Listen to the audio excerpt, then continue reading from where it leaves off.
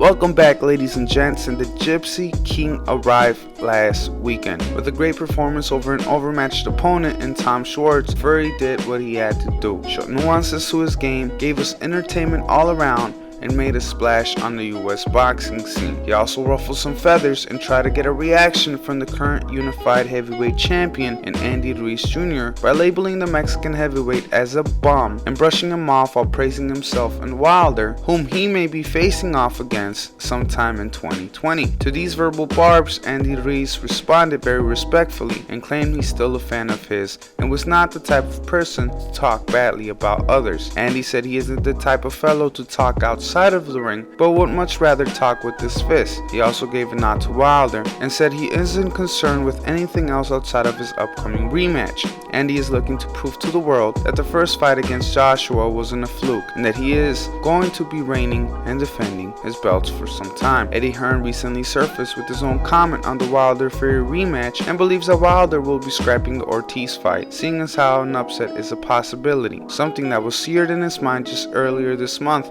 when it happened to his very own prize fighter. The winner of Tyson vs. Wilder 2 will most likely be locking horns with Dillian Whyte, whom if beating Oscar Rivas next month will become the green and gold straps mandatory challenger. This would be a long time coming, seeing as how Dillian Whyte has held the WBC's #1 spot for over 600 days. In other news, this past Friday we had a lively fireworks show straight out of the Fantasy Spring Casino in Indio, California. On the undercard, we had the charismatic Blair Cobbs land the 7th knockout victory of his short career over a game and powerful Robert Redman Jr. in the welterweight division. Redman gave Cobb hell in spots, but ultimately fell to the sharper Blair. Luis Feliciano was able to score a stoppage in the 7th over a wily vet in Fernando Carcamo. And then came what many considered the fight of the night, and a massive upset that no one really saw coming. Elwin Soto from San Felipe, Baja California, Mexico pulled off a shocker that had the boxing world debating over Angel Tito Acosta out of San Juan, Puerto Rico. Both men swung for the fences from the opening bell, showing tons of heart, power, and iron chins. Elwin's power was on full display in the third when he put the Puerto Rican champion on uneven grounds and sent him to the canvas. The former world champion bounced back in more ways than one and began dominating the fight,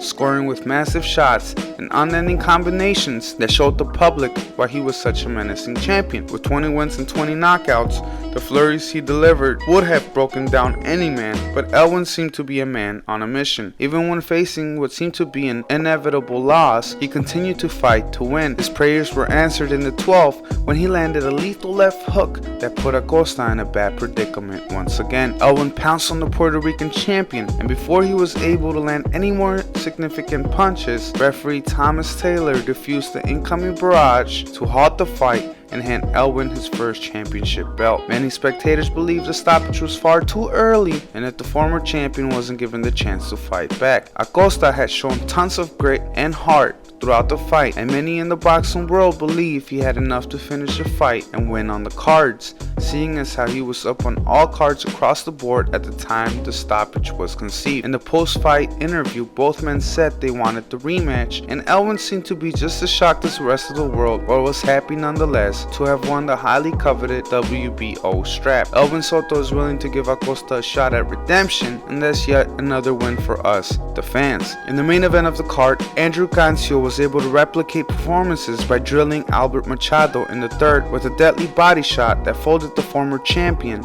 and led to a repeated result at the end of the night. With no excuses this time around, Machado took his loss, congratulated the reigning and defending WBA super featherweight champion, giving him praise. Apparently Machado is moving up, seeing as how the weight loss demanded of him to make the division's limit has become a definite hindrance to his abilities. On the other hand, the people's champ Andrew Cancio is looking forward to make more defenses and hopefully many more exciting fights. But first he will be going back to work on Monday and hopefully brag to his fellow co-workers over lunch about his most recent achievement. Jojo Diaz also came out of the woodworks to let the division know he wants all the smoke, and seeing as how he's already beaten the current WBA champion in the past, this would be a rematch that would entice Cancio and motivate him to avenge his loss as well.